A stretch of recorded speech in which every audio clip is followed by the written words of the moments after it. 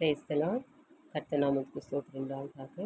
இன்றைய கர்த்தருடைய வார்த்தை நான் சொல்லி நாம் பார்க்கும்போது ஏசாயா சாப்டர் 41 verses 14 நாம் பார்க்கிறோம். ஹல்லேலூயா.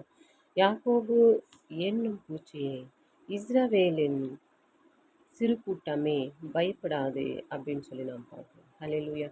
நம்ம எல்லாம் யாருன்னு சொல்லி பார்க்கும்போது இஸ்ரவேலுடைய சிறு கூட்டம். ஹல்லேலூயா. ஸோ இஸ்ரவேலுடைய பூச்சிகளே அப்படின்னு சொல்லி நாம் பார்க்கிறோம். ஹல்லேலூயா.